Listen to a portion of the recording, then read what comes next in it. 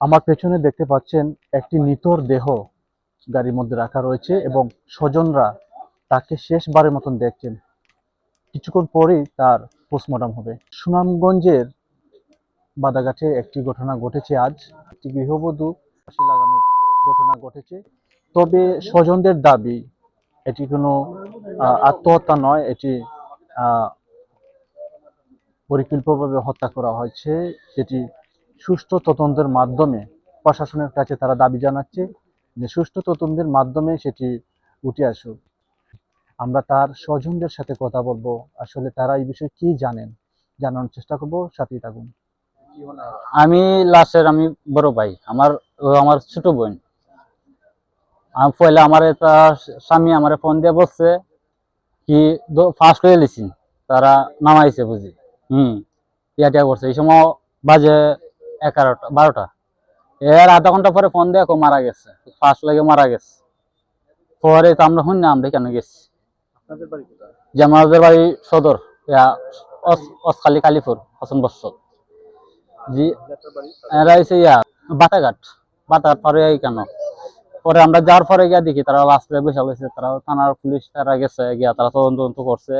তখন আমরা যেখানে দেখাইছে স্যার অত বড় এক জায়গা পাকঘর আর কি, আর বাসটায় যত বড় বাস, এটা মানে তারা বুঝি খুব বলছে তারা উন্না দিয়া গলা বুঝি ফাঁস দিছে। মানে আমরা গিয়ে দেখছি স্যার, আমরা যদি বালাটিকে আমি যদি বালাটি টান দিই বাস ভাঙি যাই।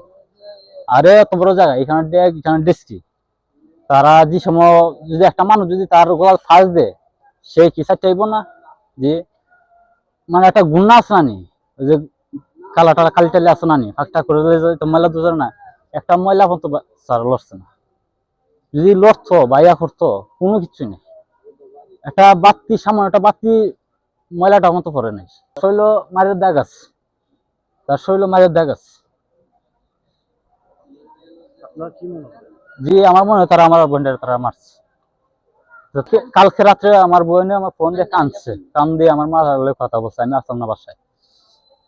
পরে কালকে বুঝি একবার আইতো আসিন আর কি, অত্যাচার সহ্য করতে পারছে না, তারা আইতো আসিন, আমার বোনে আইতো আসিন, তারা বুঝি ধরে নিছে বাড়ি নিয়ে, তারা এই অত্যাচার করছে।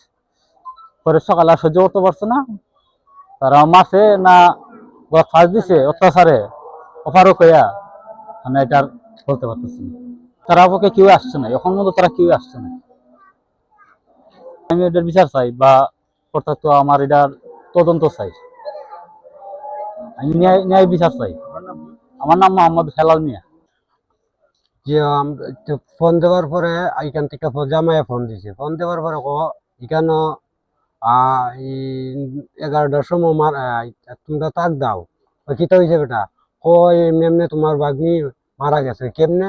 ফাঁসি লেগে। যদি ফাঁসি লেগে যদি মারা থাকে তুমি আসলা হয়। এমনি এমনি তারপরে তারা গেছে, যাওয়ার পরে এমন এক জায়গার মাঝে আসলো, কোনো ফাঁসি লাগার কোনো প্রয়োজনই পড়ে না। তারা শরীরের মাঝে আঘাতের কোনো শেষ নাই। তারে ফিরতে কোন বেগাই তার মাঝে বাড়ি পড়ছে, আর জাগাত গেছে কি দম। আর ফোন দিয়া হোক গীতা জামাই ফাঁসি লেগে মরে গেছে। জামাই জুতু দিয়া জানে সব ফাঁসি লেগে মরে গেছে গা, তুই জানোস কেমনে ফাঁসি লাগছে যে? তো মরে গেছে, আর কি মানুষ নাই? তে হে মাইরা ওই এ তারপর হে ফোন দা তোমার বাগ্নি ফাঁসি লেগে মারা গেছে। গিয়া দেহে কোনো দাগ নাই, ফাঁসির কোনো দাগ নাই। হেরা উন্না দো হেরা মনে কইরা বাইন্দা চালাকিটি কইরা তারপরে কইলে ফাঁসি লেগে গেছে। তারপরে এই পুলিশ গেছিল, পুলিশে গিয়া বলে নামাইছিল।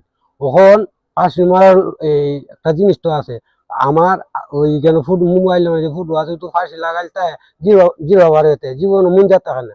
লাস্ট যেমনি মুঞ্জা লইছে, লাস্ট কোনো বেটার ফাঁসির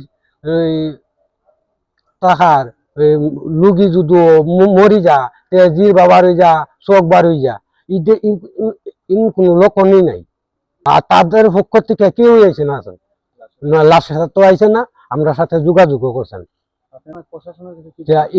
এই প্রশাসন দ্বারা যায় আমার তদন্ত সূক্ষ্ম বিচার গরিবের যে আমরা পাই।